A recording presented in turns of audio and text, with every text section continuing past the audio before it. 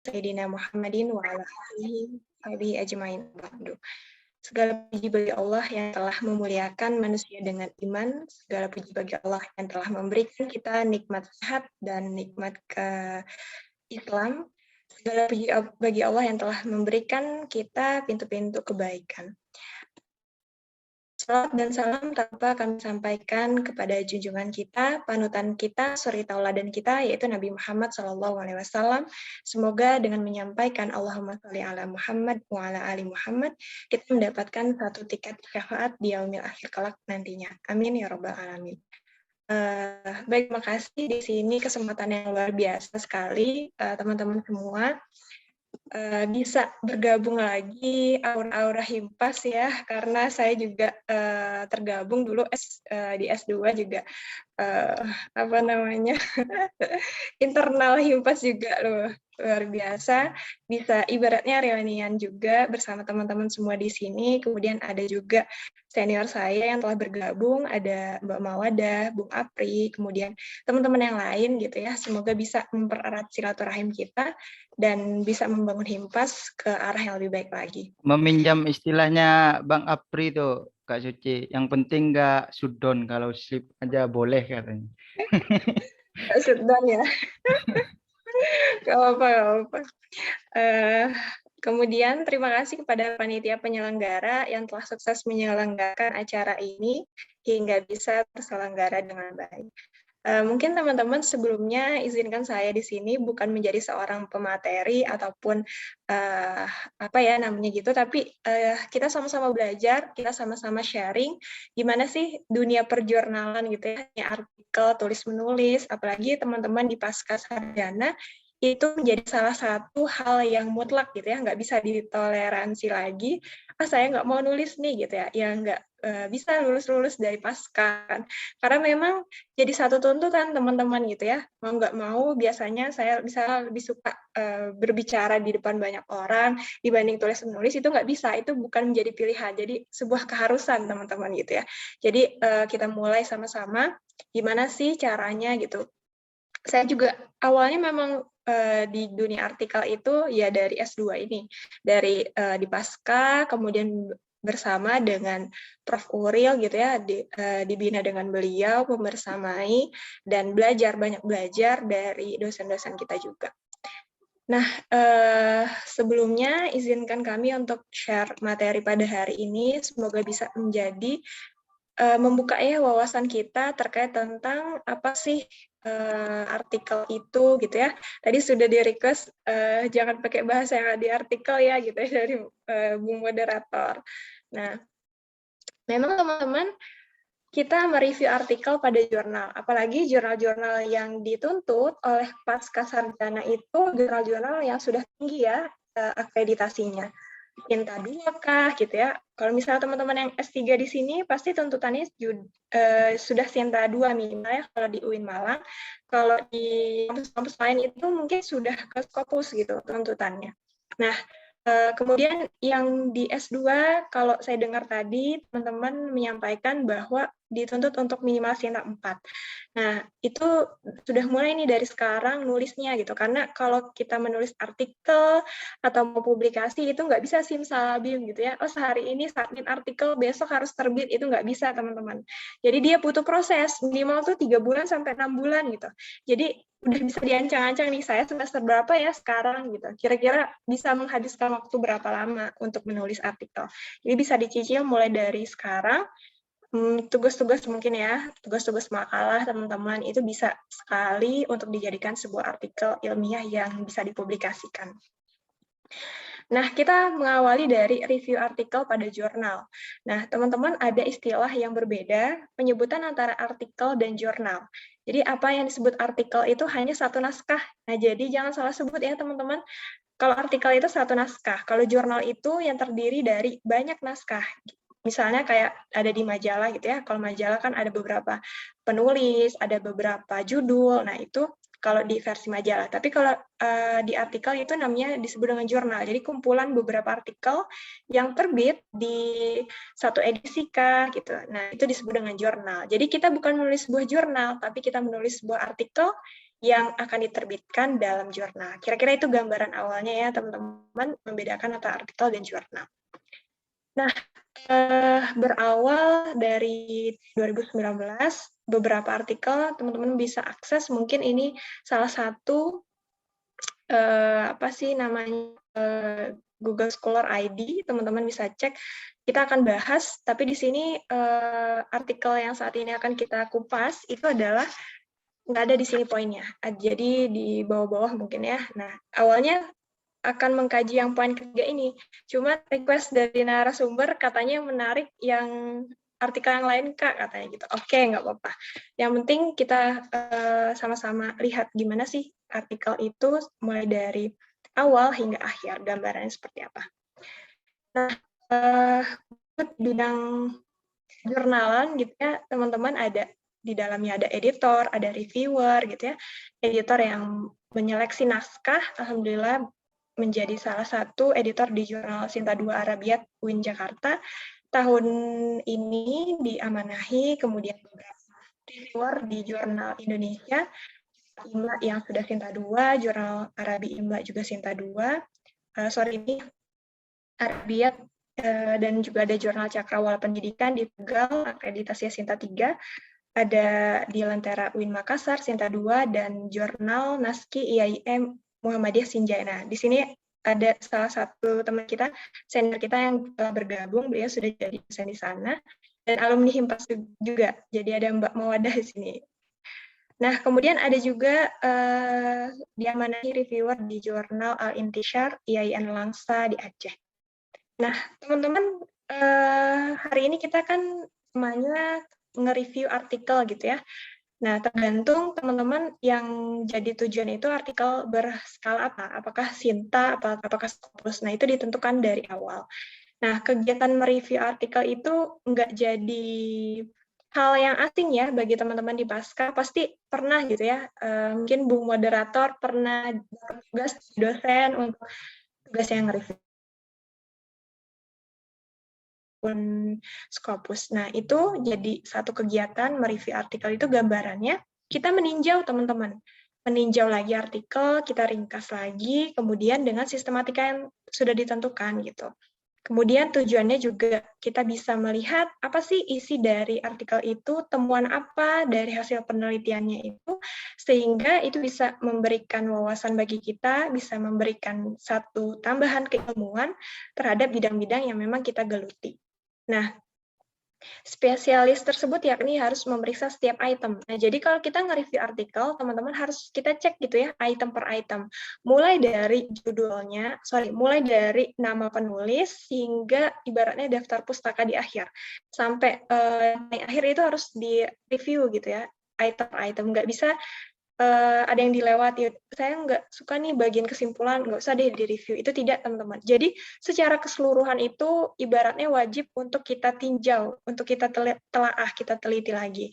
Apakah, apa sih temuannya gitu ya dari penelitian itu, nah sehingga kita bisa menemukan satu novelty, kebaruan dari artikel yang kita review.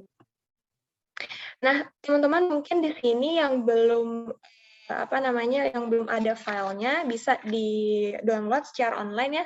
Kita akan mengupas di dalam link ini, bisa diakses ya, klik aja gitu ya. Judulnya Student Perception of Arabic Online Learning, bla bla bla, itu di jurnal ini, jurnal di Turki. Jurnalnya itu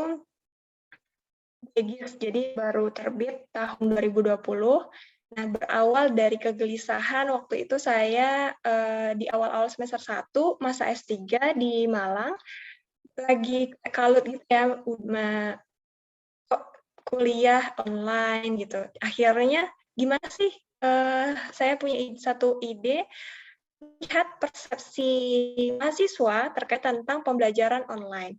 Jadi saya meneliti waktu itu Maret, April, Mei, selama beberapa bulan, saya menyebarkan beberapa kuesioner kepada teman-teman di S1 gitu ya, dengan bantuan dari Prof. Uril. Nah, saya ingin melihat gitu ya, kami sebagai peneliti ingin melihat gimana sih persepsi mahasiswa gitu ya terhadap pembelajaran bahasa Arab di masa COVID-19 gitu ya, masa darurat COVID-19 waktu itu kan sudah hampir 1 semester gitu kuliah online. Nah, gimana ya kira-kira argumentasi para mahasiswa? Nah, itu saya ingin melihat itu, maka kami melakukan satu riset penelitian dan alhamdulillah ditulis dalam sebuah artikel terbit di September. Jadi waktu itu Desember kayaknya, Desember. Ya, Desember di sini, Desember ya 2020 gitu. Jadi lumayan juga dari kegelisahan itu, dari keraguan itu bisa jadi satu artikel yang bisa dipublikasikan di jurnal Scopus Q3. Nah, teman-teman, kita mulai dari langkah yang pertama ketika kita mereview sebuah artikel. Yang pertama, baca dulu pastinya. Kita nggak bisa mereview artikel tanpa kita baca. Jadi harus kita baca dulu. Itu langkah pertama, kemudian teman-teman bisa pahami ya, oh apa sih maksudnya gitu, apa sih yang disampaikan oleh penulis dalam artikel itu dipahami dengan baik. Kemudian dianalisis, yang ketiga, apakah sesuai nggak sih dengan metode yang digunakan gitu ya. Misalnya rumusan masalahnya yang poin A, B, kira-kira sesuai nggak dengan metode penelitiannya. Kita analisis, oh misalnya iya, gimana sih cek validitasnya gitu ya, cek-cek yang lainnya secara metodologis, teman-teman bisa dianalisis, atau dari segi konten, dan itu ditelaah lagi. Kemudian yang terakhir adalah beri komentar, apa sih masukan kita sebagai seorang reviewer gitu ya, yang namanya juga mereview artikel, berarti orang yang mereview itu disebut dengan reviewernya. Kira-kira apa masukan bagi si penulis artikel atau bagi hasil review yang kita tulis, oh ternyata ada baiknya si penulis ini menggunakan metode mixed method. Kenapa? Oh, karena bla bla bla. Teman-teman uraikan alasannya. Jadi misalnya jangan hanya memberikan komentar pedas gitu ya, tapi nggak ada solusinya. Nah, itu teman-teman bisa sampaikan.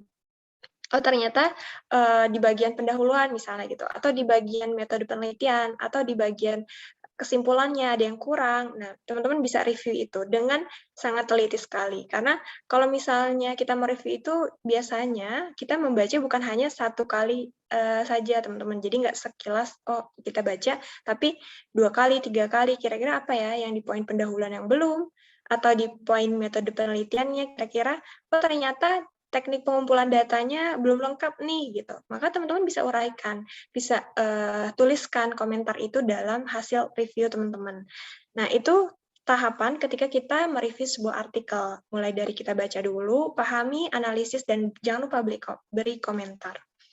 Nah, kemudian kita masuk pada kegiatan review artikel itu mulai yang pertama dari abstrak, teman-teman pasti. Pastikan abstraknya itu bagaimana ya, gitu ya. Kemudian kedua, poin pendahuluan, metode, hasil, dan pembahasan. Dan ada kesimpulan, ucapan terima kasih, referensi, yang terakhir, judul, dan identitas penulis. Nah, kita mereview artikel, bayangin aja teman-teman, dari ini berapa ya kira-kira? 15 halaman ya, mungkin nggak sampai kali ya, artikel yang akan kita kupas. Itu sudah memuat semuanya nih teman-teman, mulai dari judul ya, judul sampai referensi. Nah, ini udah include nih semua. Jadi gimana kebayang padatnya sebuah artikel gitu ya, yang telah memuat banyak poin, tapi itu sangat singkat, padat, dan jelas sekali. Apa sih metodenya? Oh, ternyata sudah tertuang. Apa sih kesimpulan dari penelitian itu? Oh, sudah tertuang. Jadi teman-teman benar-benar harus menggunakan kata ataupun kalimat-kalimat yang lugas, yang sangat efektif sekali. Jadi nggak bertele-tele ketika kita menulis sebuah artikel. Nah, yang pertama, teman-teman pastikan kalau misalnya ada yang sudah membaca artikel yang akan kita kupas ini, teman-teman perhatikan, cek dulu dari segi abstrak ya, tujuan penelitiannya apa. Jadi di dalam poin abstrak, apa sih tujuan penelitiannya? Nah, misalnya ada dua pertanyaan penelitian nih. Kita cek ya, di dalam abstrak yang artikel yang akan kita bahas, itu apakah memuat tujuan penelitian di sana? Itu poin yang pertama. Kemudian yang kedua, metodenya apa yang digunakan? Itu tertuang dalam abstraknya, teman-teman. Nah, kalau misalnya nggak dicantumkan metodenya, berarti itu ada kekurangannya di dalam abstrak. Nah, kemudian setelah itu dicek apakah udah ada poin pendekatan, metode, cara pengumpulan data, dan analisisnya. Nah, saya nggak mengupas secara teoritis ya, karena teman-teman udah banyak juga pastinya dapat di S1 metode penelitian, dan itu pasti sudah tuntas. Nah, ini dicek lagi di abstrak apa ada atau tidak gitu. Nah, kemudian di hasil temuannya sudah sesuaikah dengan tujuan penelitian. Nah, kalau misalnya teman-teman cek tujuan penelitiannya itu misalnya ada 2 poin nih ya, ada poin 1 terkait tentang apa bla bla bla gitu ya tujuan penelitiannya. Kemudian yang kedua misalnya bagaimana respon mahasiswa, ataupun kalau misalnya yang kita bahas ini kan persepsi ya, bagaimana persepsi mahasiswa terhadap pembelajaran online gitu ya. Misalnya ada 2 tujuan penelitian, maka hasilnya juga harus ada 2 teman-teman. Nggak boleh kurang gitu, dan nggak boleh lebih gitu ya, karena harus pas, harus sistematik dalam penelitian. Kalau misalnya ada hanya satu tujuan, maka hasilnya juga satu tujuan, satu aja hasil penelitiannya. Kalau ada 3 poin di dalam tujuan penelitian, maka hasilnya juga hanya 3, gitu. Nggak boleh kurang dari 3 dan nggak boleh lebih. Nah, itu disesuaikan. Kemudian yang terakhir di dalam abstrak ada rekomendasi nggak gitu ya bagi penelitian lanjutan. Nah, ini kita cek di dalam abstrak gitu. Nah, kita cek dulu ya teman-teman di dalam abstrak artikel yang kita bahas sudah ada pengantar. Oh, sudah ada ya di sini termuat dalam 1, 2, kemudian 3, ada 4 kalimat di sini. Nah, dalam 4 kalimat ini yang ibaratnya menguraikan terkait latar belakang sebagai peneliti kenapa mengangkat artikel ini. Oh, ternyata karena memang tantangan pembelajaran di Indonesia ataupun karena adanya COVID-19 ini memang membuat satu tantangan bagi pembelajaran bahasa Arab gitu ya. Dan banyak kekurangannya sekali, menyebabkan berbagai macam permasalahan. Nah, maka dari itu di sini diuraikan di poin pengantar pertama lah gitu ya, sebelum masuk ke dalam tujuannya. Nah, ini pengantar latar belakang kenapa saya mengangkat artikel ini. Kemudian yang kedua, teman-teman cek ada nggak tujuannya. Yang paling penting tujuan penelitiannya itu harus terurai di dalam abstrak. Kita cek di sini. This research describes bla bla bla. Oh, berarti penelitian ini menggambarkan atau mendeskripsikan terkait persepsi mahasiswa terhadap pembelajaran bahasa Arab online. Di mana? Oh, di UIN Malang gitu. Nah, teman-teman bisa cek, oh ini ternyata tujuan penelitiannya. Oh, sudah masuk, sudah include di sini poin tujuan.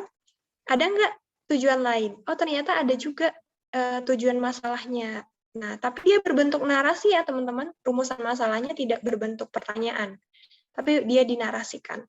Nah, ada dua tujuan penelitiannya untuk melihat di sini ya, strateginya seperti apa. Strategi untuk pembelajaran bahasa Arab secara online. Jadi di sini kita temukan ada 2 tujuan penelitian yang tercantum dalam abstrak.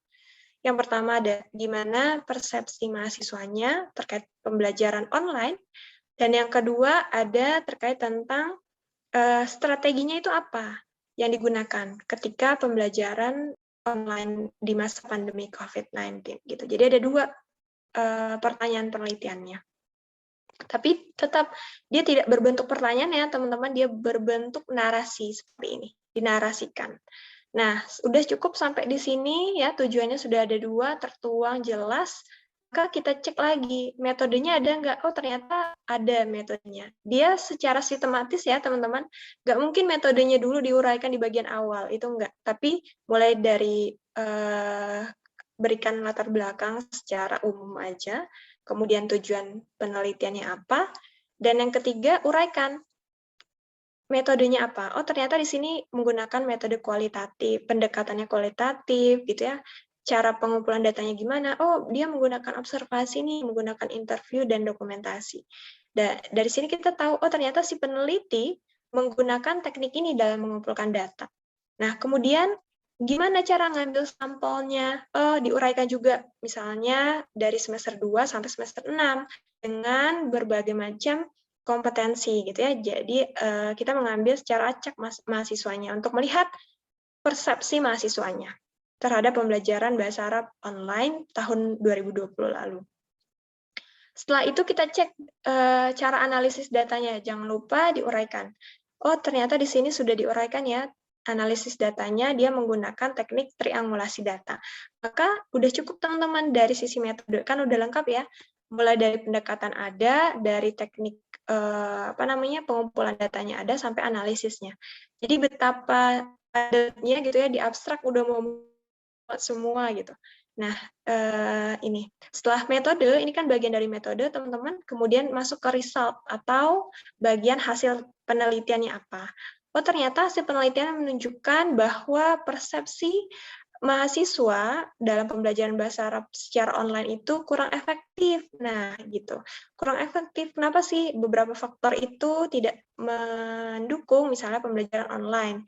Contohnya apa? Oh, misalnya kurang instruksi dari mungkin dari gurunya, ada dari kurangnya koneksi internet, kurangnya juga motivasi dari siswanya gitu ya.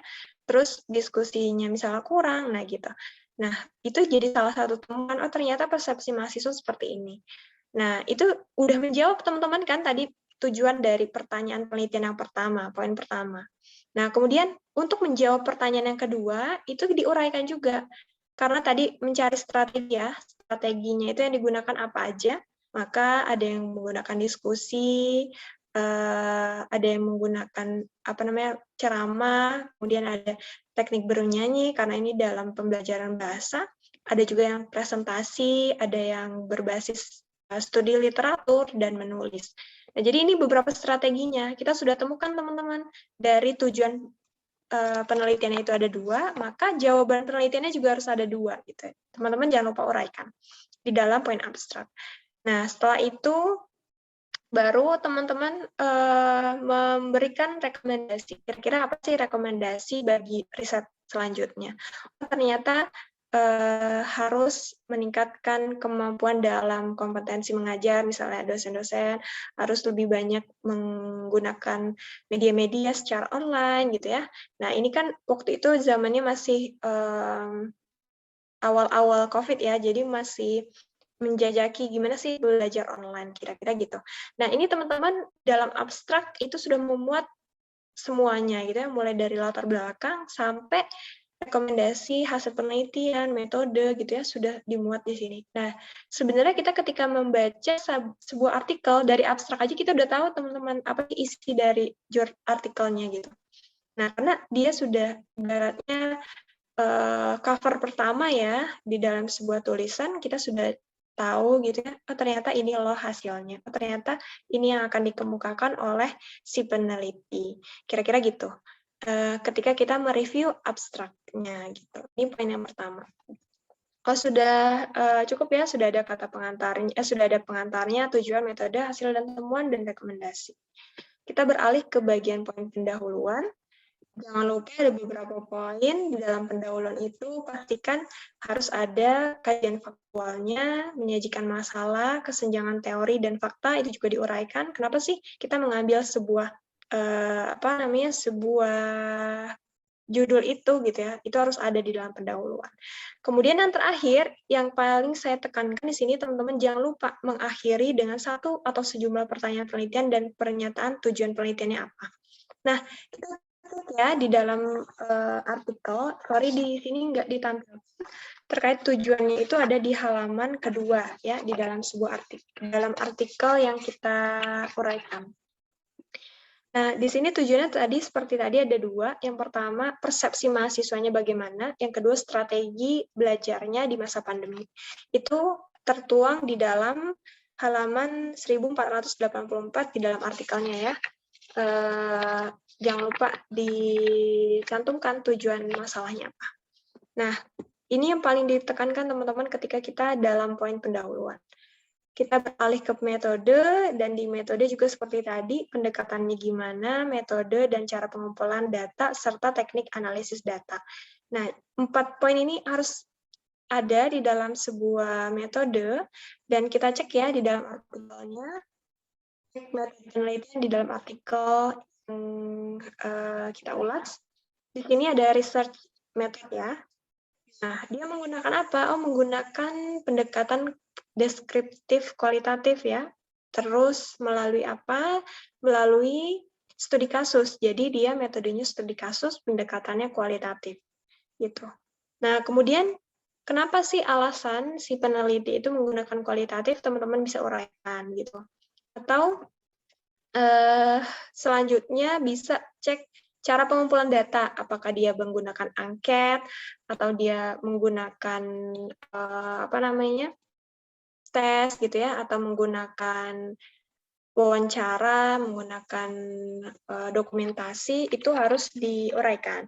Ini cara pengumpulan datanya, teman-teman bisa cek, oh dia mengumpulkan data tekniknya dengan interview, observasi, dokumentasi, di sini tercantum secara jelas.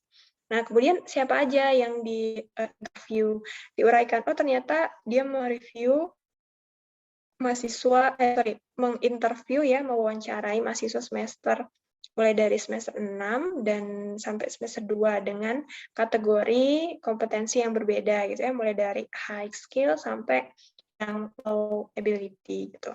Nah, itu diuraikan secara jelas. Ketika misalnya teman-teman mewawancarai, siapa yang diwawancarai, itu harus ada di data di cara pengumpulan data.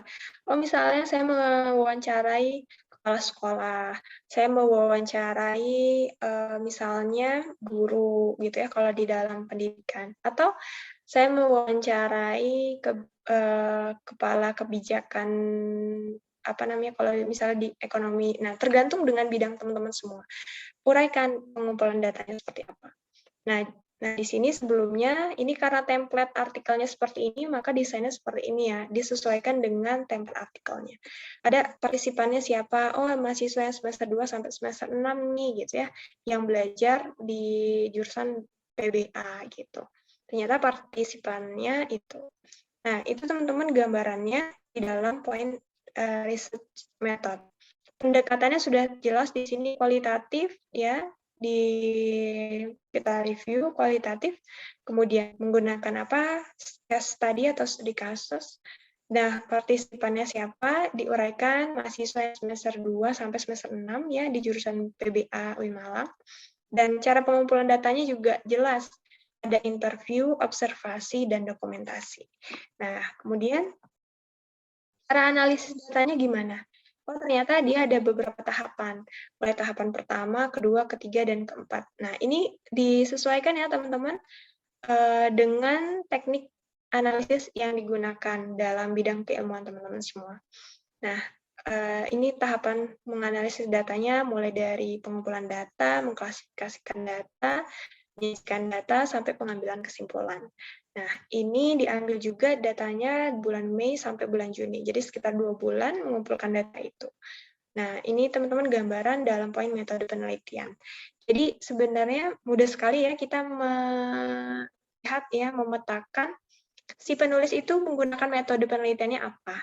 Nah, itu udah jelas. Oh, ternyata dia menggunakan interview, atau menggunakan TESKA, atau menggunakan angket gitu ya, atau menggunakan dokumentasi. Nah, itu disesuaikan. Nah, ini teknik analisis datanya ketika si peneliti melakukan riset ini. Kemudian dari penjelasan yang tadi, itu kan ada teknik pengumpulan data, teknik klasifikasi datanya, kemudian menyajikan data, dan kesimpulan. Nah, teman-teman ini diuraikan secara praktis ya, enggak secara teoritis. Misalnya secara praktis, saat mengumpulkan data, apa aja yang dikumpulkan? Oh, si peneliti research mengumpulkan data dari observasi, kemudian ada dari catatan-catatan aktivitas terkait tentang persepsi mahasiswanya dan penggunaan strategi pembelajaran bahasa Arabnya. Di mana? Oh, di UIN Maulana Malik Ibrahim Malang. Nah, ini diuraikan secara praktis. Jadi, jangan ditulis misalnya, pengumpulan data adalah bla bla bla bla. Nah, gitu, jangan seperti itu. Tapi langsung to the point, secara praktis di lapangan, kita meneliti apa gitu ya. Ketika mengumpulkan data itu, apa yang dikumpulkan gitu, kira-kira gitu. Oh, misalnya saya mengumpulkan data terkait tentang kebijakan ekonomi di Malang, misalnya gitu ya, kalau teman-teman di bidang ekonomi. Jadi, secara praktis di lapangan, apa yang dikumpulkan? Apakah misalnya, nah kalau di sini kan, di artikel ini kan ada dua penelitian ya, dua tujuannya ya, ada dua tujuan, mengumpulkan data yang berhubungan dengan persepsi mahasiswa dan apa sih strateginya ketika belajar bahasa Arab secara online gitu. Jadi ada dua. Nah, kemudian diklasifikasikan datanya. Gimana caranya? Oh, misalnya si peneliti menggunakan teknik teknik coding gitu ya. Nah, itu teman-teman bisa telusuri dalam penelitian kualitatif. Nah, kemudian yang ketiga ada display data, menyajikan data seperti apa, itu diuraikan di dalam secara jelas. Lagi-lagi diingatkan bukan secara teoritis ya teman-teman, jadi secara praktis. Ketika display data ngapain gitu ya? Nah, diuraikan.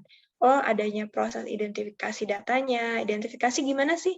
Pasti kan kita memetakan ya, oh misalnya data ini perlu apa enggak gitu ya, ataupun kita klasifikasikan nih poin ini, apakah dia masuk data yang kita butuhkan atau tidak gitu. Jadi ketika kita menyajikan data, kita jelaskan secara praktis. Nah, kemudian yang keempat, pengambilan kesimpulannya bagaimana. Nah, ini dari teknik menganalisis datanya, teman-teman. Bisa tergantung, oh misalnya saya menggunakan penelitian kuantitatif nanti gitu ya, teman-teman bisa uraikan gimana teknik analisis data yang teman-teman gunakan di lapangan. Kalau misalnya ini kan kita mereview artikel orang lain gitu ya, oh ternyata kita tahu si peneliti itu melakukan langkah-langkah ini ketika meneliti. Nah gitu. Jadi prosedur dalam analisis datanya. Nah ini bagian dari metodenya penelitiannya teman-teman. Udah tahu kita gambarannya dalam poin metode penelitian. Kita masuk ke poin hasil dan pembahasan. Yang pertama, jangan lupa tadi ya, sesuaikan dengan jumlah tujuan penelitian atau rumusan masalahnya. Kalau ada dua, maka hasil penelitiannya juga harus ada 2 poin. Kalau misalnya tujuan penelitiannya ada 3 poin, misalnya ada 3 pertanyaan yang akan kita jawab dalam penelitian itu, maka harus ada juga 3 poin dalam hasilnya. Nah, kita cek di dalam artikel ini ternyata sudah ada 2 poin ya, bagaimana persepsi mahasiswa dan strateginya seperti apa. Itu sudah diuraikan. Nah, yang kedua, cek juga ketelitian dalam gambar, tabel, grafik, dan instrumennya. Apakah ada yang kurang, ataupun misalnya ada yang keliru enggak, gitu. Teman-teman bisa cek ketelitian itu. Kemudian yang ketiga, penomoran gambar, grafik, dan tabel, dan lain-lain. Nah, setelah itu memuat diskusi. Ini kalau misalnya hasilnya dibedakan ya, kan teman-teman bisa cek ya di dalam artikel itu ada poin hasil saja, misalnya hasil penelitian. Tapi ada yang digabung, misalnya hasil dan pembahasan. Nah, kalau misalnya poin pembahasan, apa sih yang ada di dalamnya gitu ya? Yang pertama, apakah sudah memuat diskusi dengan menguraikan temuan penelitian yang ada sebelumnya? Atau teori-teori yang saling bersinggungan. Misalnya temuan penelitian kita apa gitu ya? Oh ternyata tadi ya banyak strategi yang digunakan, misalnya ada strategi A, menggunakan strategi ceramah, menggunakan teknik bernyanyi gitu dalam pembelajaran atau dalam strategi apa gitu yang kita temukan dalam lapangan. Maka kita cari teman-teman penelitian-penelitian sebelumnya yang mendukung argumentasi kita sebagai seorang peneliti. Nah, apakah strategi bernyanyi itu misalnya mendukung atau enggak dalam pembelajaran bahasa, teman-teman bisa cari teori-teori ataupun penelitian-penelitian yang bersinggungan dengan hasil dari penelitian kita. Nah, itu ada di poin pembahasan. Kemudian temuan penelitiannya bagaimana? Teman-teman sudah lihat, ternyata dalam artikel ini ada 2 rumusan masalah dan di hasil serta pembahasannya juga ada 2. Nah, diuraikan bahwa persepsi mahasiswanya ternyata dalam pembelajaran online itu sudah tertuang ya di dalam artikel ini dan strateginya juga mulai dari strategi mendengarkan itu bagaimana. Oh, ternyata ada yang menggunakan voice note gitu ya, ada yang menggunakan YouTube dan lain-lain ketika meningkatkan skill keterampilan mendengarnya. Terus ada juga yang dalam strategi speaking skill-nya dalam keterampilan berbicara, mahasiswa banyak juga yang menggunakan beberapa video gitu ya, diuraikan dalam tulisan ini. Kemudian yang ketiga, strategi dalam membaca, keterampilan membaca itu juga diuraikan, strategi dalam menulis keterampilan menulis juga tertuang. Nah, jadi kita sudah lihat bahwa ternyata artikel ini ataupun tulisan penelitian ini mengungkapkan strategi yang bervariasi gitu ya, gimana belajar menyimak itu dituangkan sampai proses pembelajaran menulis dalam pembelajaran bahasa. Nah, itu teman-teman gambaran dalam poin hasil dan pembahasannya. Kita cek, oh ternyata rumusan masalah dengan jumlah tujuan penelitiannya sudah dituangkan secara jelas 2 poin sudah. Terus kita sudah cek misalnya di sini nggak ada tabel atau gambarnya, maka dilewatkan saja. Terus apakah sudah memuat diskusi? Oh ternyata di sini diskusinya ini ya teman-teman, dipisah antara hasil dan pembahasan. Jadi hasilnya itu sendiri, poinnya dan pembahasan juga sendiri. Nah di sini ada discussion di di halaman 4488. Di sana sudah tertuang beberapa teori-teori yang mendukung argumentasi dan temuan dari penelitian ini. Nah, kemudian masuk pada poin kesimpulan. Jangan lupa, tadi tujuan masalahnya ada 2, maka kesimpulannya juga harus ada 2 poin. Gitu. Nah, di sini kesimpulannya bahwasannya pembelajaran bahasa Arab secara online itu masih kurang efektif. Ini penelitian tahun lalu ya, penelitian terbaru untuk tahun 2021 itu belum dilanjutkan gitu ya. Mungkin ada perubahan persepsi kali ya dari mahasiswa lebih efektif kali untuk semester atau untuk tahun ini gitu, karena ini masih awal-awal pandemi.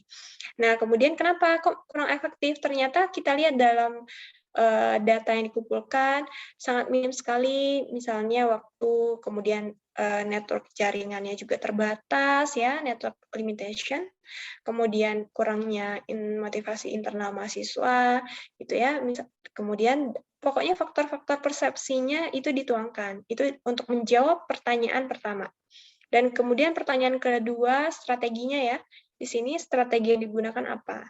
Oh, strategi yang digunakan itu mulai dari diskusi, ya, ada tentang bernyanyi, ada menggunakan literatur review, gitu ya, kajian literatur review ketika belajar bahasa, dan ada yang menggunakan strategi menulis gitu. Jadi banyak sekali strategi yang digunakan dalam pembelajaran online. Nah, jadi meskipun misalnya hasil penelitian ini pembelajaran online di awal-awal pandemi itu kurang efektif, tapi ternyata banyak kreasi ya, banyak temuan strategi yang digunakan. Jadi itu teman-teman diuraikan, oh berarti sudah cukup nih, kesimpulannya ada 2 poin, karena pertanyaan penelitiannya juga ada 2 poin. Nah, setelah itu teman-teman memberikan argumentasi atau rekomendasi.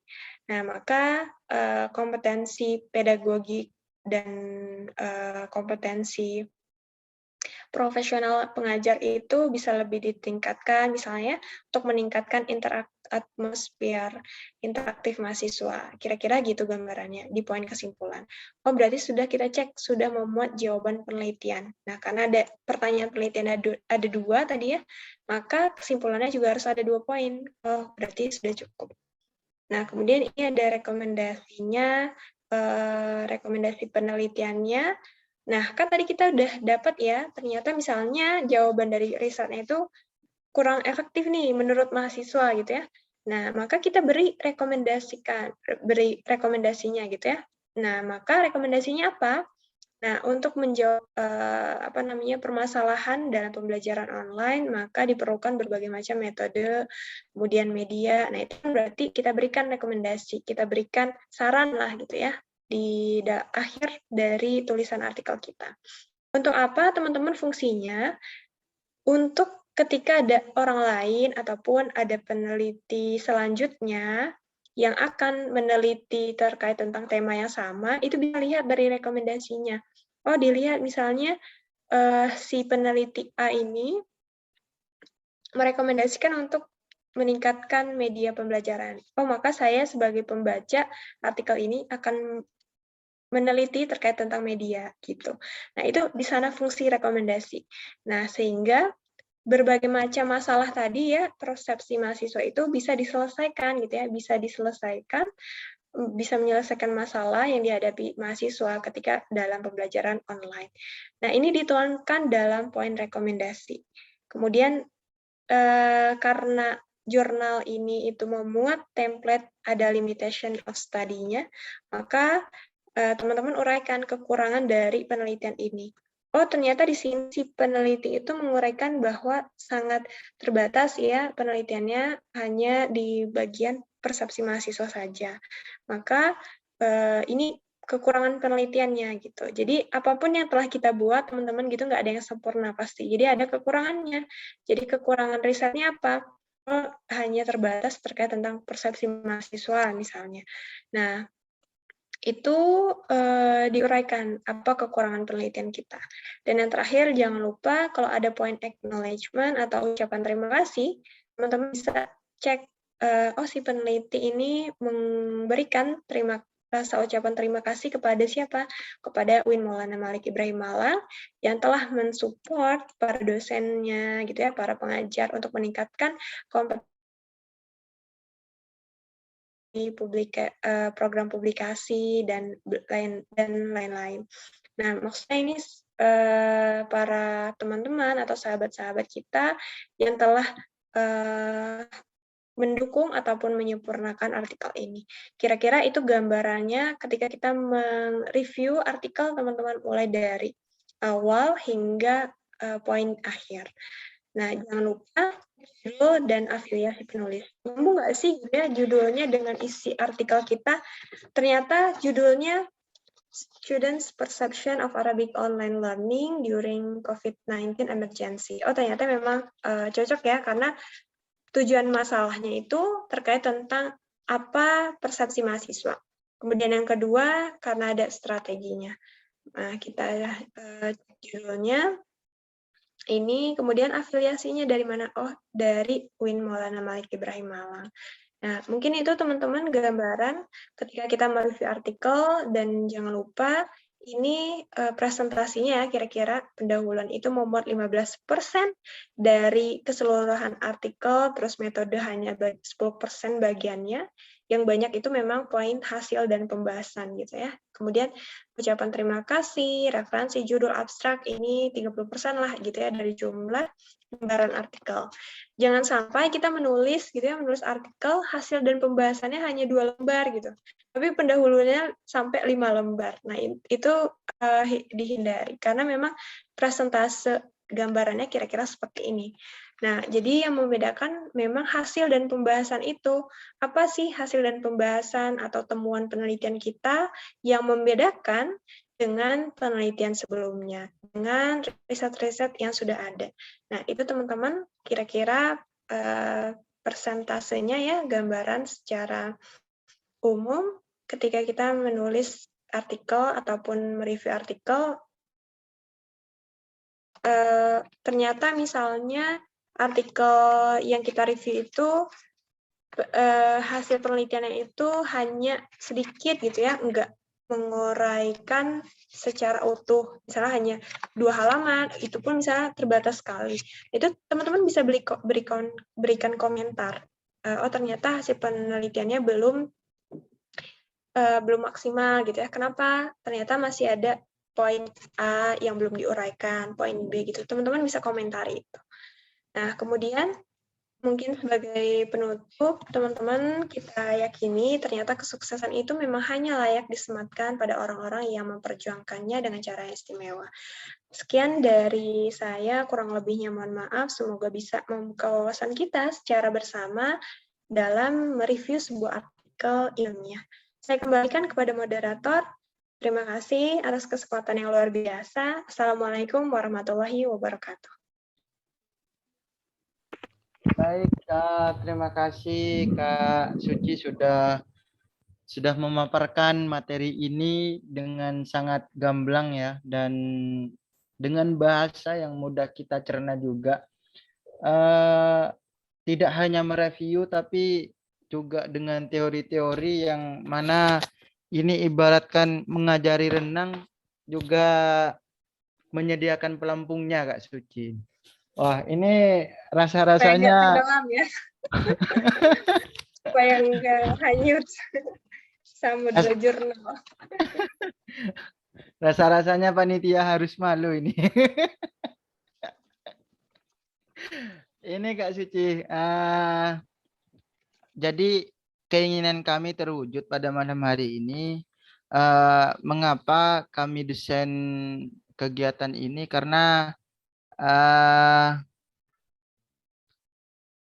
kita sebagai mahasiswa pasca sarjana, ketika mau masuk kampus pun itu sudah dibekali cara-cara menulis artikel dan sebagainya, seperti itu, metode penelitian. Itu bahkan kita juga ikut lagi seminar-seminar, juga seminarnya Kak Suci yang bentar lagi dengan Bang Apri itu ya teman-teman. Itu bisa diikuti juga, itu sangat bagus itu kalau diikuti teman-teman. Cuma Kak Kiki, ada teman-teman segelintiran teman-teman itu yang bilang, wah saya sudah banyak ikut seminar ini, tapi jangankan satu artikel jurnal itu, satu halaman pun saya tidak bisa masih katanya. Wah ini apanya yang salah? Jadi teman-teman mendiskusikan, mengkonsep, oh ya kita sudah banyak mengikuti seminar, tulisan-tulisan, tips-tips menulis, tapi kita masih jarang membaca jurnal. Nah, akhirnya kami solusikan seperti ini Kak Suci, langsung mereview jurnal dari seorang penulis, dan kebetulan Kak Suci sudah Scopus, ini jurnalnya sudah bagus. Ini sangat memiliki banyak banyak kontribusi kepada kami, sehingga tadi abstraknya digambarkan ini harus gimana, terus metodenya seperti apa, terus diskusinya, conclusionnya itu gimana. Wah ini sungguh tidak terbayang Kak Suci. Oh ternyata ini loh cara pengaplikasiannya, pengalamannya itu seperti ini gitu. Ketika tahu gitu Kak Suci. Jadi begitu dari saya tidak bisa menyimpulkan terlalu banyak-banyak, takut menyalahi kesimpulannya teman-teman seperti itu. Kami akan buka sesi pertanyaan ini 2 orang saja ya, karena 1 orang itu bisa bermacam-macam pertanyaan biasanya. Jadi saya batasi bukan pertanyaannya 2, bukan orangnya 2 seperti itu. Nanti kalau udah puas, ya memang didesain nggak puas teman-teman, agar nanti bisa ngechat Kak Suci atau ngechat atau stay tune di Instagramnya Himpas untuk agenda-agenda review jurnal berikutnya. Silahkan yang ingin bertanya teman-teman.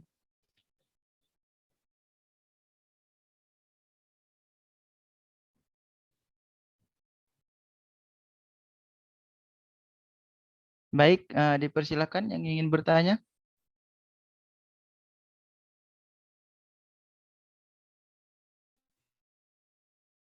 Kayaknya mungkin udah siap untuk mereview artikel ini, Bung Moderator. Karena memang ini sebuah harus banyak ya, ketika kita misalnya mau menulis artikel, pastikan kita harus banyak membaca artikel itu gitu. Nah, beberapa trik-trik yang tadi itu memang saya dapatkan dari, oh ternyata abstrak itu isinya ini loh gitu, membandingkan antara artikel satu dengan artikel yang lain. Nah, semakin banyak kita membaca, semakin banyak kita mereview artikel, teman-teman, itu dipastikan kita bisa memetakan, oh ternyata bahasa dalam menulis artikel itu menggunakan ini loh gitu ya. Kalau misalnya dalam menulis bahasa Inggris seperti apa, ketika menggunakan bahasa Arab seperti apa.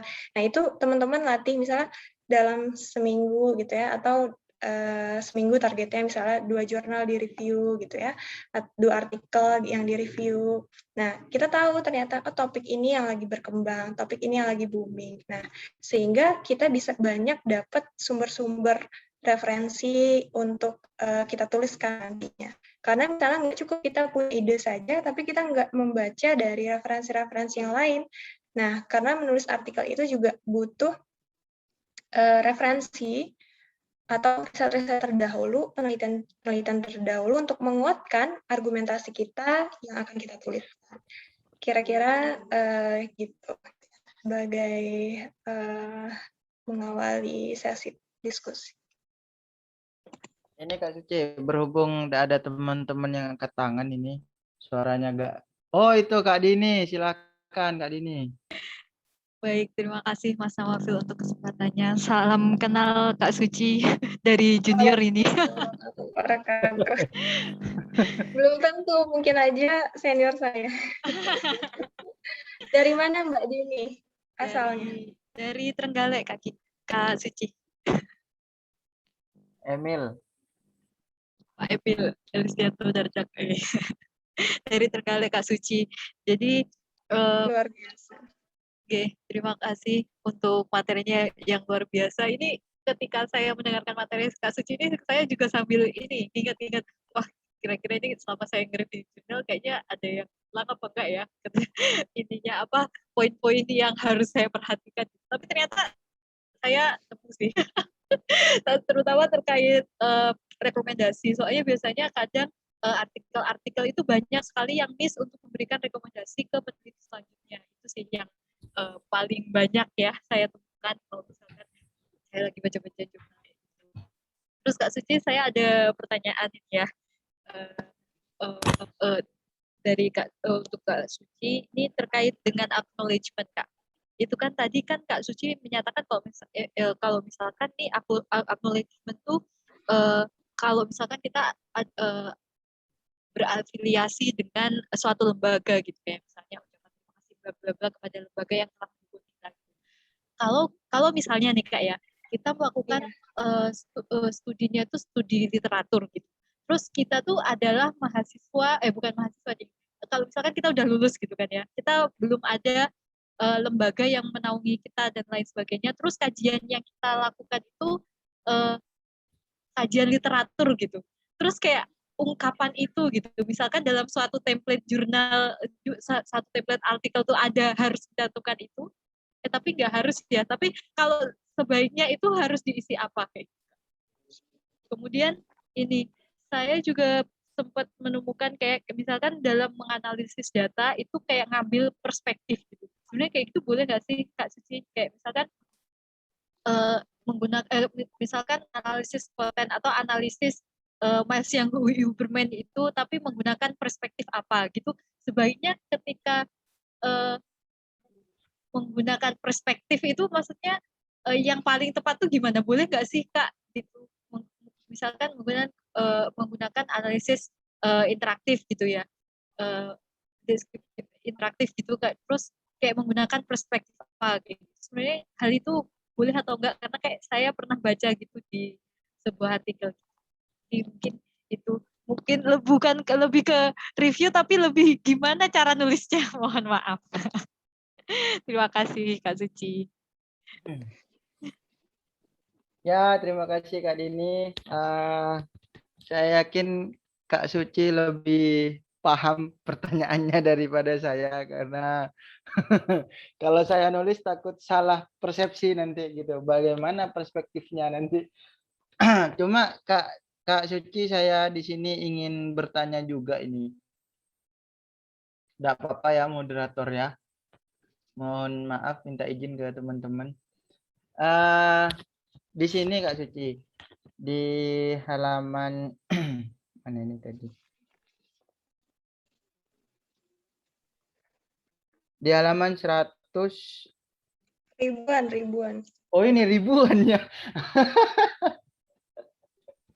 Ternyata ribuan, 1487. Di sana di temuan masih Kak, di hasil. Hasil penelitian. Iya, di sana kan ada the strategies of speaking skill. Terus lah itu Kak Suci di paragraf kedua itu ada the lecture correct student mistake such as wrong pronunciation or vocabulary privately. Lah di bawahnya itu Kak Suci, speaking ability is influenced by vocabulary and the ability to arrange sentence orally. In his interview, FZ Kak Suci. Ada FZ interna ya internalize the following. Itu yang kayak simbol-simbol FZ, terus yang di bawah lagi itu ada DW. DW gitu ya, WK. Ya, itu Jangan-jangan. pertama Kak Cici. Yang saya pertanyakan itu pertama. Itu apa Iya, Kak iya. Cici? Terus yang di sana kan juga yang FZ itu mengatakan juga however e-learning is less efficient. Terus yang di bawah juga itu DW itu juga articulate the following: understanding Arabic is difficult without face to face or direct explanation from the lecture. Artinya kan itu sama-sama nggak setuju kalau nggak tatap muka. Artinya nggak setuju kalau seumpama online gitu Kak Suci. Iya, Yang betul. iya. Lah, itu cara mendiskusikannya Kak Suci.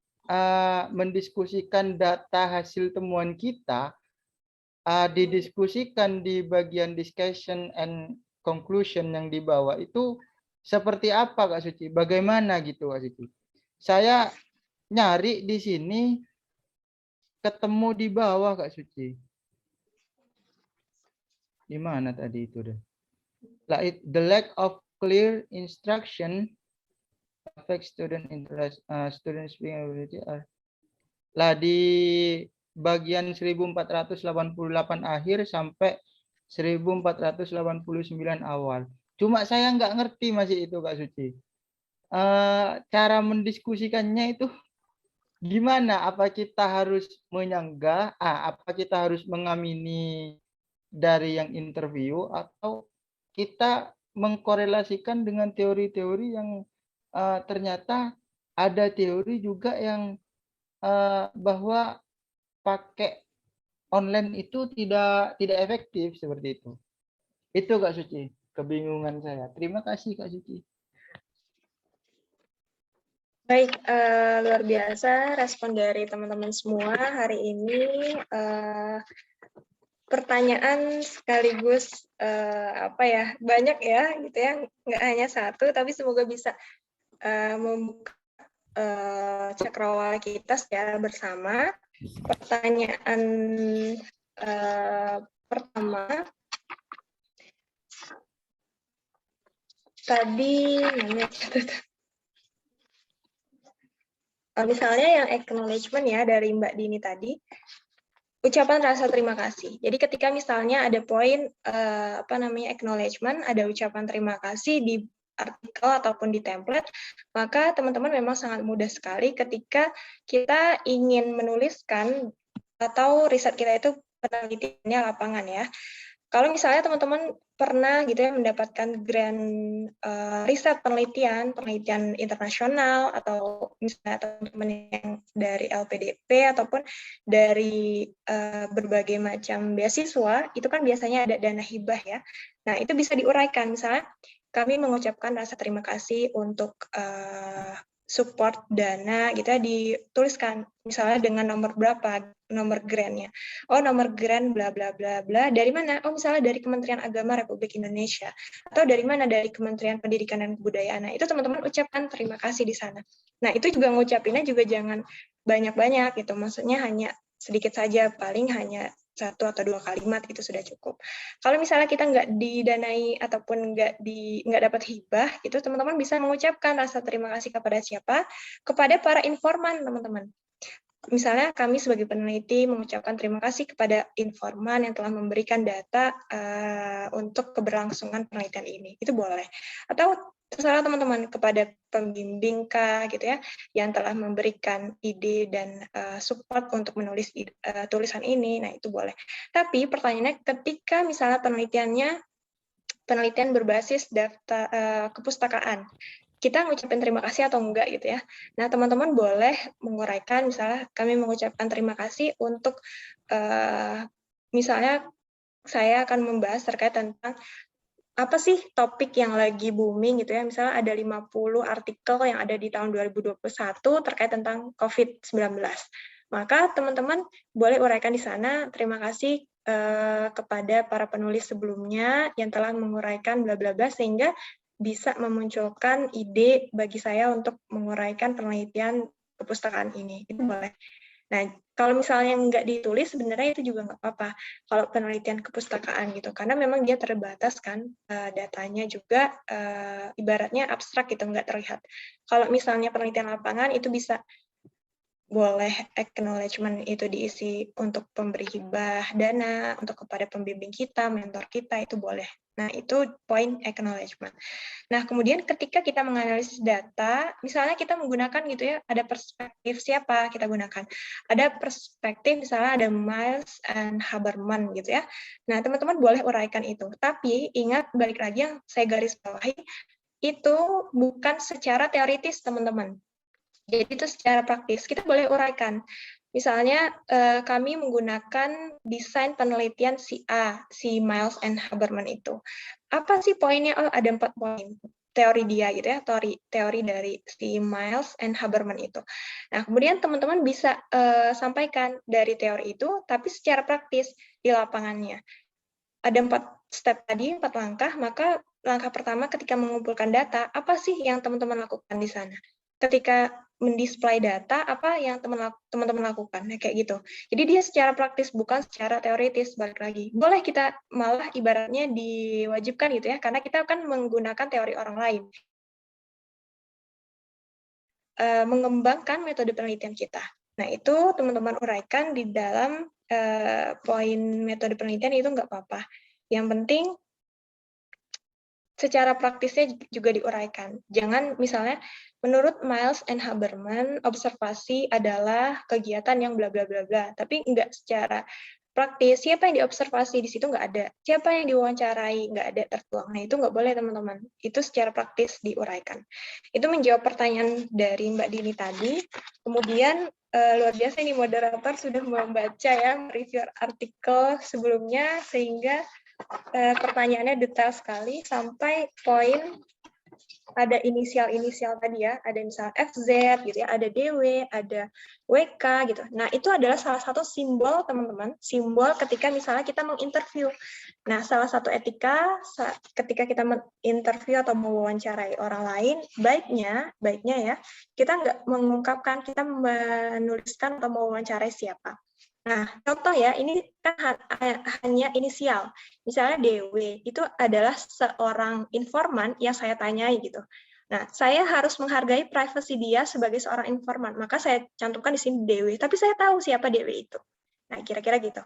Kemudian itu third interview ya, jadi maksudnya third interview itu informan yang ketiga. Terus ada misalnya second interview gitu ya, first interview berarti dia adalah orang yang saya wawancarai, orang ketiga gitu ya, yang saya wawancarai, atau orang yang kelima. Misalnya di sini ada sampelnya berapa? Oh, ada 10 orang yang saya wawancarai. Maka saya tahu siapa sih yang saya wawancarai pertama, siapa yang saya wawancarai kedua, ketiga, sampai misalnya ke 10. Kira-kira itu gambarannya untuk pertanyaan yang pertama, ya pertanyaan tadi. Kemudian yang di garis miring itu supaya membedakan teman-teman apa sih uraian kita gitu ya dengan ucapan atau pernyataan yang kita tanyakan, si informannya. Oh, misalnya tadi ya FZ, saya mau wawancara FZ itu Saya nggak sebutkan di sini FZ itu siapa, tapi saya tahu dia siapa, mahasiswa PBA di UIN Malang. Saya interview dia, kemudian hasil dari ucapan si FZ ini apa? Maka saya buat garis miring, supaya membedakan teman-teman, membedakan antara pernyataan informan, ini kan data ya, data wawancara, dari data wawancara dengan uraian yang sebelumnya, gitu, supaya dia bisa dibedakan. Kira-kira itu. Nah, hasil wawancara itu bisa digaris miringkan gini, teman-teman, supaya bisa kita kenali, oh ini ternyata memang salah satu bukti data di lapangan. Nah, kemudian ketika misalnya kita di poin diskusi, nah memang ada teman-teman poin pembahasan dan hasil dan pembahasan itu digabung. Kalau di artikel ini itu memang dipisah. Kenapa saya pisah? Karena memang tuntutan dari artikelnya juga dipisah. Nah, kita pisah. Kemudian discussion-nya ini memang memuat banyak beberapa temuan-temuan yang ada yang mendukung pembelajaran berbasis online dan ada yang tidak juga mendukung pembelajaran berbasis online. Tapi secara umum, ketika misalnya saya uraikan di sini nggak efektif gitu ya, atau inefektif, kurang efektif gitu pembelajaran online, maka saya uraikan apa sih kira-kira yang kurang dari pembelajaran online itu. Oh, menurut teori A atau menurut penelitian si B gitu ya, diuraikan ternyata proses pembelajaran online itu memang harus didukung oleh media yang sangat kuat. Kira-kira itu poin di diskusi, dan memang biasanya kesimpulan itu kan dipisah, cuman di artikel ini itu digabung karena memang template-nya seperti itu. Dan kesimpulannya itu tertuang pada 3 paragraf di akhir. Point, discussion, and conclusion. Kira-kira itu teman-teman gambaran yang bisa kami sampaikan, yang bisa kami respon untuk kedua penanya yang malam hari ini hadir. Terima kasih, saya kembalikan pada moderator. Oh, jadi itu hasil itunya ya Kak ya, hasil hasil data temuannya itu di discussion dan conclusion itu dikorelasikan dengan teori-teori yang ada ya Kak ya? Iya, boleh dari teori-teori sebelumnya dan boleh juga dari hasil penelitian sebelumnya gitu. Misalnya ada penelitian terdahulu dari tahun berapa gitu ya, misalnya tahun 2015 yang memang sudah mengungkapkan ternyata pembelajaran online itu misalnya efektif atau tidak. Nah, yang namanya diskusi kan gitu ya teman-teman. Jadi ada misalnya ada tanya jawab. Nah, gitu juga dalam tulisan. Ibaratnya ada statement kemudian didukung oleh pernyataan orang lain, oleh penelitian orang lain gitu. Itu di dalam point discussion and conclusion. Dan itu nggak harus mendukung ya, boleh membantah kira-kira gitu. Misalnya ada penelitian terdahulu yang memang dia pembelajaran online itu misalnya efektif, tapi temuan penelitian kita itu nggak efektif. Nah, itu kan satu hal yang kontradiktif, berbeda. Nah, itu juga boleh dituangkan. Kenapa sih si A itu berhasil ketika pembelajaran online? Kok saya misalnya temuannya tidak? Nah, itu bisa menjawab satu keterbaruan, satu novelty-nya di sana. Oh, ternyata pembelajaran online di kampus A gitu ya, misalnya di negara mana gitu, dan itu sudah bagus misalnya media pembelajarannya. Nah, kalau misalnya di kita, misalnya karena baru penjajakan gitu ya, belajar secara online, maka masih kurang efektif. Atau misalnya mahasiswanya masih kurang aware gitu ya, terhadap pembelajaran yang berbasis online. Kira-kira gitu. Jadi boleh kita diskusikan terhadap argumentasi atau penelitian yang kontradiktif itu boleh dicantumkan dalam poin diskusi. Nggak hanya yang mendukung saja, kira-kira gitu. Baik Kak Suci, terima kasih. Teman-teman ada yang mau tanya lagi nih? Mumpung masih beberapa menit lagi.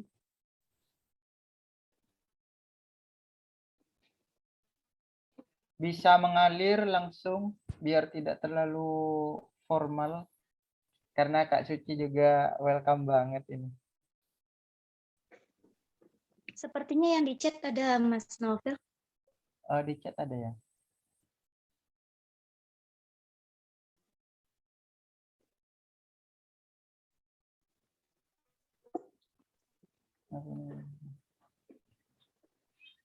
untuk mensubmit jurnal yang sesuai dengan bidang keilmuan, Kak.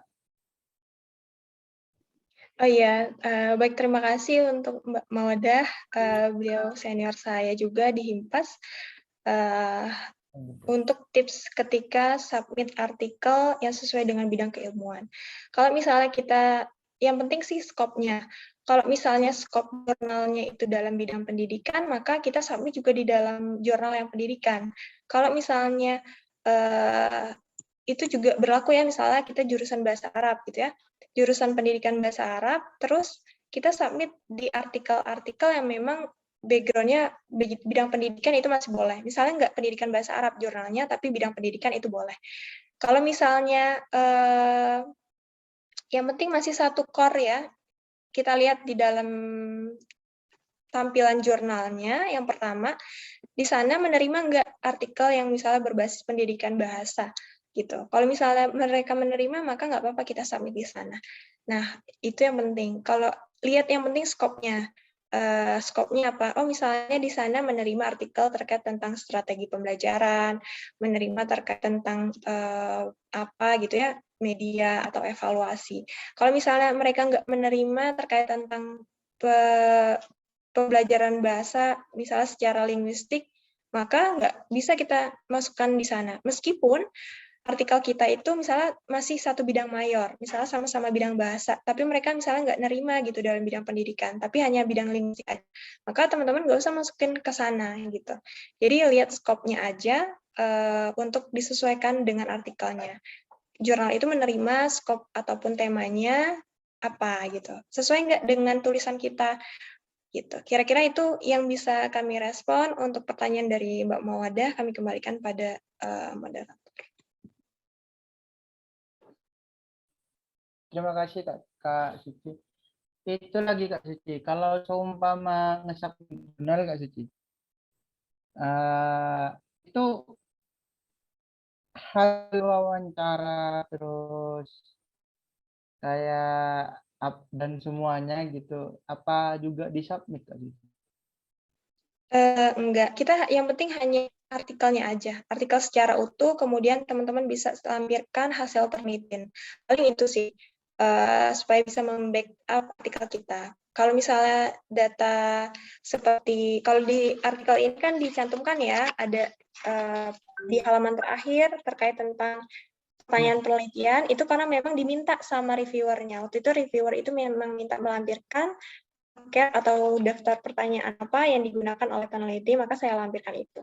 Ya, dan sebenarnya ini nggak dimuat gitu, maksudnya nggak saya kirim, yang hanya dikirim hanya artikel aja. Tapi ketika diminta, maka kita harus melampirkan itu. Dan ini salah satu juga artikel yang membuka apa namanya relasi.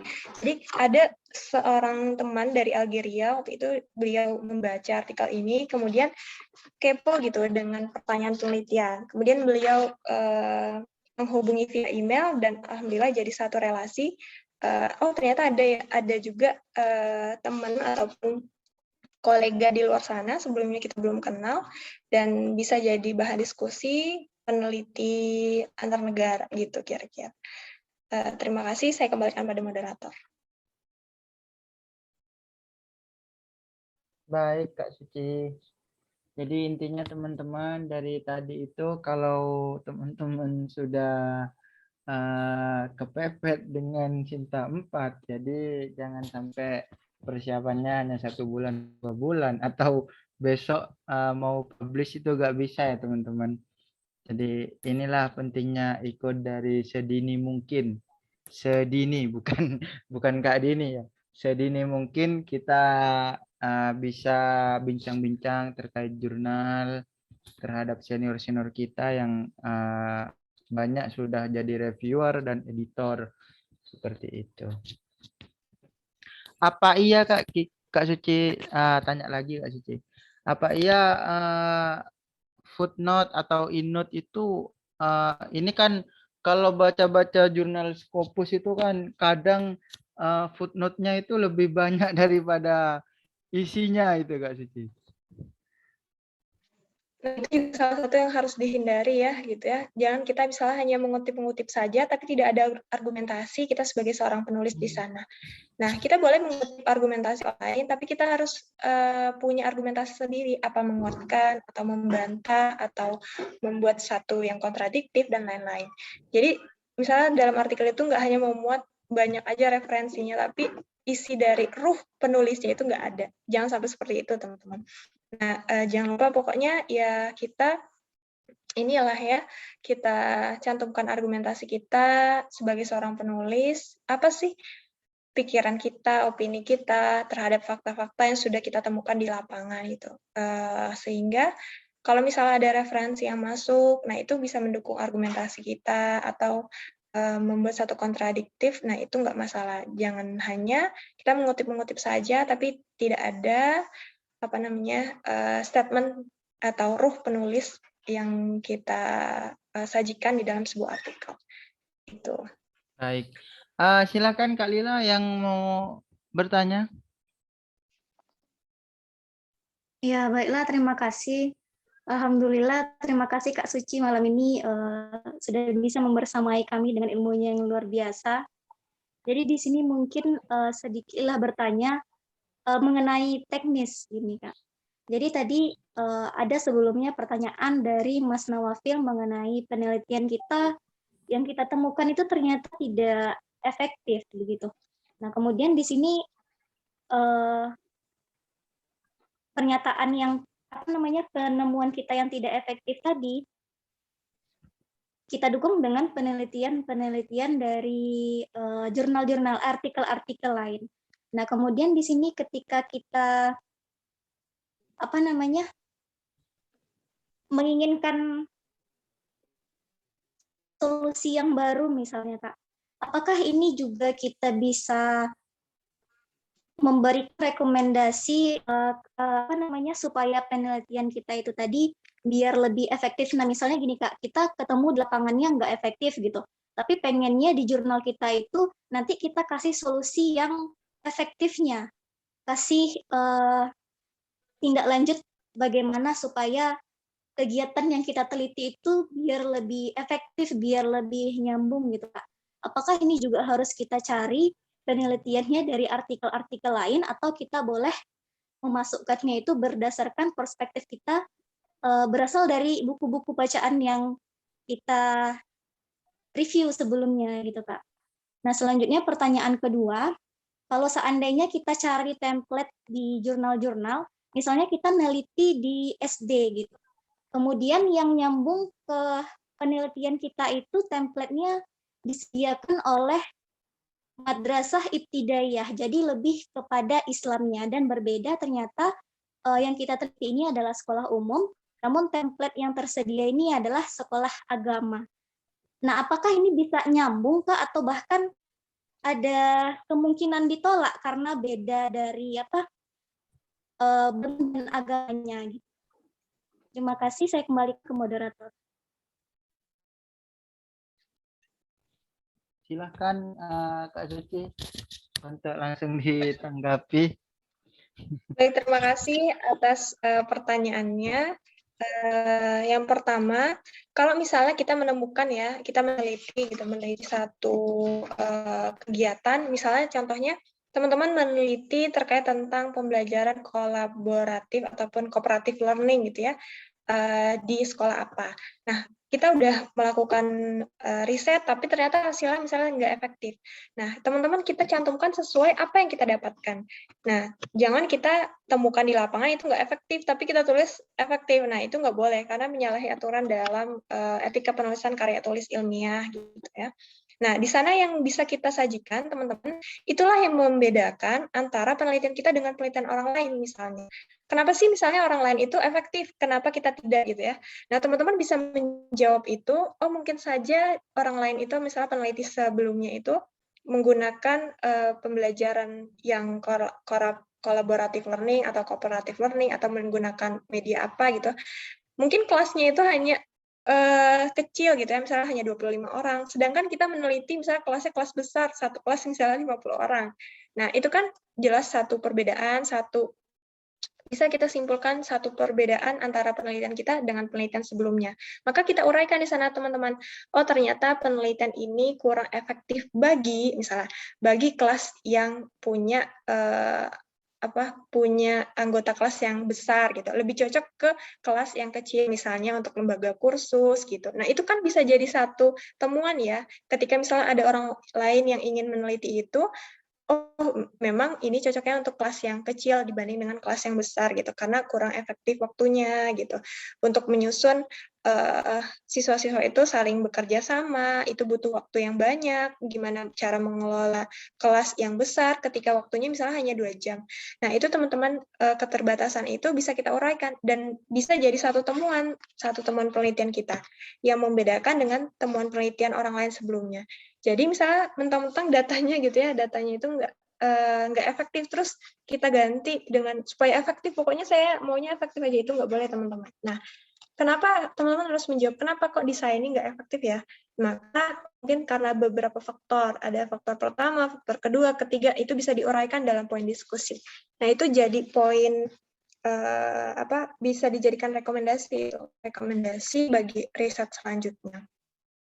Kemudian yang kedua, misalnya ketika template-nya itu hanya untuk sekolah berbasis madrasah ibtidaiyah ya, kemudian penelitian kita itu berbasis yang ke umum. Nah, teman-teman banyak sekali jurnal-jurnal itu di sintaristekbrin.go.id yang bisa diakses gitu. Jadi misalnya kita nggak hanya fokus sama satu jurnal aja, itu banyak sekali. Kalau udah nggak termasuk skopnya, ya udah lewat aja, cari jurnal yang lain gitu ya. Jadi ibaratnya, oh kalau udah nggak cocok sama jurnal itu, ya udah abaikan gitu. Jangan hanya fokus ke sana aja gitu. Yang penting teman-teman sesuai, oh artikel saya ini memuat tentang pembelajaran di SD. Terkait tentang apa? Oh, terkait tentang misalnya pembelajaran karakter. Saya nemuin jurnal nih tentang pendidikan karakter. Cocok nggak ya? Kalau cocok, maka teman-teman bisa sampai di sana. Kalau nggak, cari lagi yang lain gitu. Jadi masih banyak peluang di bawah naungan kementerian, kalau di jurnal Sinta, Kementerian Ristekdikti, itu teman-teman bisa telusuri lebih jauh lagi. Kalau misalnya, biasanya ya, kalau SD, yang penting pendidikan dasar itu biasanya masuk-masuk aja sih, tapi tergantung balik lagi ke skopnya. Kalau memang skop jurnalnya itu harus ada pendidikan berbasis Islamnya, maka kalau artikel kita itu nggak ada berbasis Islamnya gitu ya, maksudnya nggak sesuai skopnya, maka lewatin aja gitu. Cari jurnal yang lain.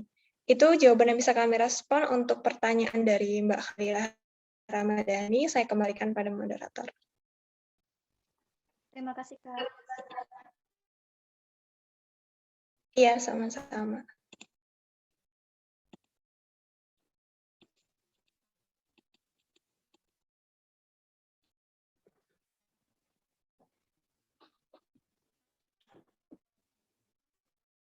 Mungkin moderator suaranya masih ditutup.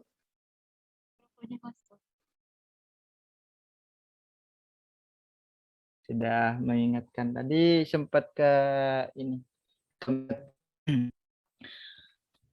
Saya kira sekarang jamnya sudah mencukupkan untuk kita stop bersama. Jadi kalau ada unek-unek yang masih belum sempat disampaikan teman-teman pada sesi ini, tidak apa-apa, nanti chat Kak Kiki di sana, Kak Suci di sana sudah tertera, bahkan nomor handphonenya ya di artikel itu sudah ada, emailnya sudah ada, dan afiliasinya juga ada. Yang enggak ada statusnya masih ini. Dan di statusnya masih, maksudnya status sekarang itu lagi apa, ngajar apa gimana itu teman-teman. Oh, tak kirain status apa, Mas. Oh gitu ya. Ya, untuk teman-teman sekalian, sebelum akhir jangan lupa sekalian ya. penyerahan sertifikat. Oh ya, ya siap. Jadi teman-teman, saya juga ingin mengingatkan kembali bahwasanya ini adalah detik-detik terakhir kita yang akan berjuang di tesis mungkin, dan untuk memenuhi syarat jurnal ke Sinta.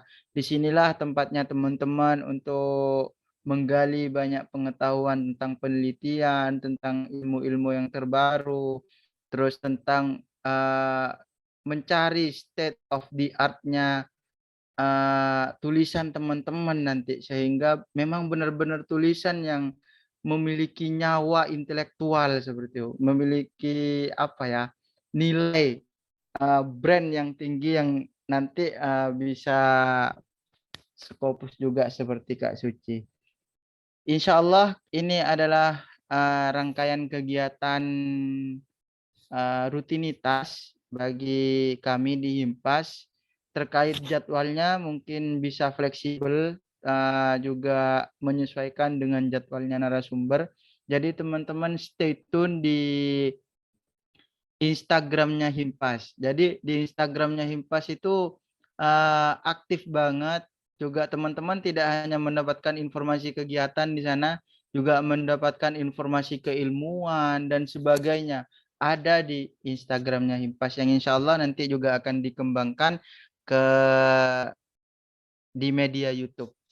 Jadi mohon doa besarnya ya teman-teman terhadap kami semua. Semoga kami bisa mengabdikan diri untuk lebih giat lagi menyebarkan nilai-nilai atau ilmu pengetahuan di UIN Malang sendiri dan lingkup yang lebih luas. Itu saja dari kami.